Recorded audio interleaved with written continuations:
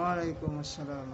Alhamdulillahirabbil alamin wa bihi nasta'in ala umuri dunya waddin wassalatu wassalamu ala asyrafil anbiya'i wal mursalin sayyidina wa habibina wa maulana Muhammadin wa ala alihi wa sahbihi ajma'in amma ba'd. Syukur alhamdulillah senantiasa kita panjatkan pada Allah Subhanahu wa taala yang telah melimpahkan berbagai macam karunia dan nikmat-Nya, terutama nikmat iman wal Islam, nikmat sehat walafiat, nikmat ajal umur, nikmat kesempatan, sehingga pada pagi hari ini kita masih menunaikan kewajiban kita yaitu sholat subuh secara berjamaah dan akan kita lanjutkan dengan kajian. Shalawat serta salam dalam kita sembunyikan kepada baginda kita Nabi Muhammad sallallahu alaihi wasallam, keluarga sahabat dalam Islam yang istiqomah dengan sunnah-sunnahnya.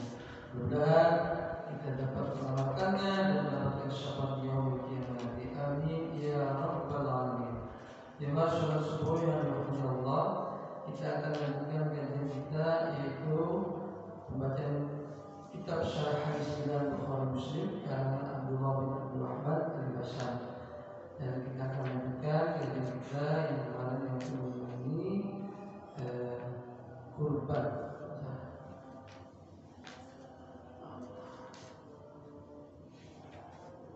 Hadis ke-233 dari Ali bin Abi Thalib radhiyallahu anhu, dia berkata, Rasulullah sallallahu alaihi wasallam menyuruhku memusnahkan kurban beliau dan sedekahkan daging, kulitnya dan bagian punggungnya, dan agar aku tidak memberikan sebagian di antaranya kepada tukang jaga. Beliau bersabda, kami memberinya dari daging yang kami miliki. Rasulullah SAW tiba di Mekah ketika haji wada sambil membawa hewan kurban, sementara Ali bin Abi Thalib berjalan dari Yaman sambil membawa hewan kurban. Hewan kurban Rasulullah SAW sebanyak 100 ekor unta. Beliau sendiri yang menyembelih 63 ekor di antaranya, lalu menyuruh Ali untuk menyembelih sisanya, lalu menyuruhnya untuk membagikan dagingnya. Karena keberadaan hewan itu yang dipersembahkan oleh Allah, maka beliau tidak suka jika ada pembatalan terhadap sebagian pun di antaranya. Maka beliau menyuruh Ali untuk mensedekahkan daging, kulit dan bagian punggungnya, karena hewan kurban ini merupakan sedekah bagi fakir miskin. Maka orang yang mengorbankannya tidak mempunyai hak untuk memanfaatkannya, meski sebagian di antaranya dengan cara tukar menukar. Beliau melarang memberikan sebagian di antaranya kepada tukang jagal sebagai upah atas pekerjaannya, tapi beliau memberinya upah bukan dari daging, kulit maupun bagian punggungnya. Kesimpulan dari hadis tersebut, yang pertama, pensyariatan berkorban, dan hal itu merupakan perbuatan Rasulullah SAW. Yang kedua, yang paling utama ialah jika jumlahnya banyak dan jelas manfaatnya, Nabi SAW pernah berkorban dengan 100 unta. Yang ketiga, mensedekahkannya dengan seluruh bagiannya, kulit dan bagian punggungnya. Hendaknya orang yang berkorban memakan sebagian dari korban untuk tamaktu maupun kiron, meski hanya sedikit. Yang keempat, tidak memberikan sebagian dari hewan kurban itu kepada tukang jagalnya sebagai upah atas pekerjaannya, namun boleh memberikan sebagian darinya sebagai sedekah. Ibnu Daqiq Al-Eid berkata, yang dikhawatirkan dalam hal ini adalah dengan rasa adalah upah, karena tukang jagal itu telah mengambil dagingnya sehingga hal itu dianggap sebagai upah. Menurut Al-Baghawi, jika upahnya diberikan secara utuh dan normal, lalu dia diberikan sebagian di antaranya sebagai sedekah karena dia miskin, maka hal itu tidak mengapa. Yang kelima, boleh mewakilkan penyembelihannya kepada orang lain dan membagi-bagikannya. Selanjutnya, hadis berikut yang dari Ziyad bin Zubair, dia berkata, aku pernah melihat Ibnu Umar radhiyallahu anhu menemui seseorang yang mendahulukan unta korbannya untuk menyembelihnya. Maka dia berkata, bangunkan dia dalam keadaan berdiri dan terikat, karena itulah sunnah Muhammad SAW. Sunnah dalam menyembelih lembu, kambing dan lainnya selain unta ialah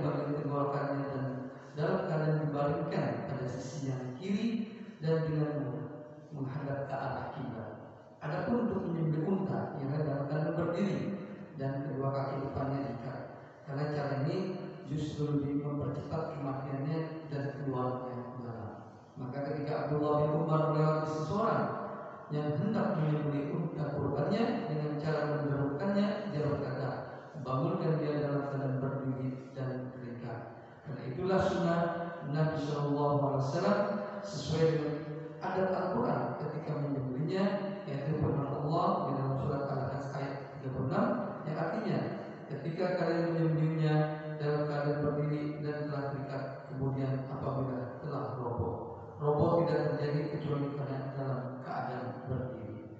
Kesimpulan hadis yang pertama adalah sunnah Nabi SAW dalam menyembelih unta ialah dalam keadaan berdiri dan terikat. Karena itulah cara menyembelih unta yang paling baik dan menunjukkan rasa sayang kepada binatang. Bahkan cara ini juga diisyaratkan ayat Al-Quran seperti yang disebutkan di atas. Al-Bukhari mutahdits dari Ibnu Abbas, berhenti dalam keadaan berdiri. Yang kedua, makruh menyembelih unta dalam keadaan menurun karena cara ini memperlama proses kematian. Yang kelima, kebiasaan manusia pada zaman sekarang menyembelihnya dalam keadaan menurun dapat dimaklumi jika mereka tidak kuasa menyembelihnya dalam keadaan berdiri dan dikhawatirkan tidak dapat menyembelihnya dengan sempurna dan justru dapat menyiksa dan tidak mempercepat kematiannya. Yang harus dilakukan ialah menurut kesanggupan. Terakhir, kasih sayang Allah terhadap makhluknya, termasuk pula ketika mencabut nyawanya dengan gambaran seperti dapat diketahui bahwa Islam merupakan agama yang lemah lembut, bukan agama yang liar dan kasar. Orang yang melemparkan tugas semacam ini terhadap orang-orang muslim justru orang-orang yang biasa membantai manusia di dalam rumahnya. Semoga neraka mereka menanti. Alhamdulillah, dua hadis dan ini hadis tidak terlalu banyak tentang korban. Mudah-mudahan kita dapat mengambil manfaatnya. Dan dari keterangan dua hadis ini, yang pertama adalah tentang pembagian hewan kurban. Jadi yang harus dibagikan atau disedekahkan yaitu daging, kulit dan bagian punggungnya. Sementara untuk tukang jagalnya itu dilarang diberikan sebagian dari tanahnya kepada tukang jagal sebagai upah atas pekerjaannya. Tapi di dalam hadis ini Rasulullah SAW memberinya upah bukan daging, kulit maupun daging punggungnya. Namun menurut Al-Babi, jika upahnya diberikan secara utuh dan normal, lalu dia diberi sebagian di antaranya sebagai sedekah karena dia miskin, maka hal itu tidak mengapa. Kemudian untuk penyembelihan boleh diwakili. Oleh karena itu berkurban ini juga merupakan salah satu pensyariatan dan perbuatan bagi contoh Rasulullah SAW. Yang kedua yaitu mengenai penjelasan hadis tentang tata cara menyembelih. Jadi kalau di sini dijelaskan untuk hewan unta menyembelihnya tidak direbahkan tapi dalam keadaan berdiri karena mungkin unta ini lebih mudah disembelihnya dengan cara berdiri. Sementara untuk hewan ternak lainnya bisa dengan cara direbahkan. Namun di semua di sini disesuaikan menurut kesanggupan. Mudah-mudahan sebentar lagi kita akan memasuki bulan Dzulhijjah dan tentunya kita berharap kita mendapatkan rahmat dari Allah SWT dan senantiasa kita diberikan kesehatan, bisa diberikan kekuatan dan kelapangan rezeki. Mudah-mudahan kita tahun ini bisa melaksanakan ibadah kurban. Demikian yang dapat kami sampaikan. Lebih kurang kami mohon maaf. Wassalamualaikum warahmatullahi wabarakatuh. Waalaikumsalam warahmatullahi wabarakatuh.